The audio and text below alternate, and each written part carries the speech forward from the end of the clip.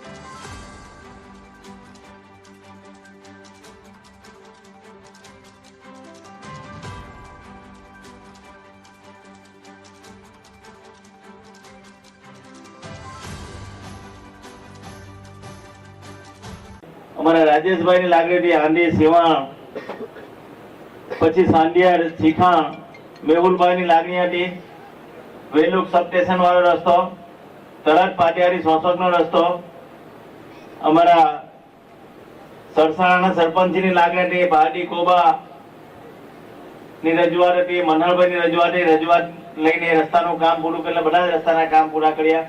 બીજા ડામર રસ્તા પણ બીજા મંજૂર થઈને આવ્યા છે, એટલે ઘણા બધા રસ્તાના કામ ઓલપાડમાં મંજૂર થઈને આવ્યા છે। આપણે બધા જોઈએ છે ઘણા બધા અહીંયા સામાજિક સંસ્થાઓ પણ ચાલવે છે। હું તમને કહું છું કે તમે લોકો અહીંયા રહેવા સારી આબોહવામાં રહેવા આવ્યા છે। ખેડૂત મિત્રો આજે અહીંયા આ જે વિસ્તાર છે, એક વિસ્તાર એક મિની સૌરાષ્ટ્ર જેવો વિસ્તાર છે। મને બરાબર ખબર છે કે આ વિસ્તારની અંદર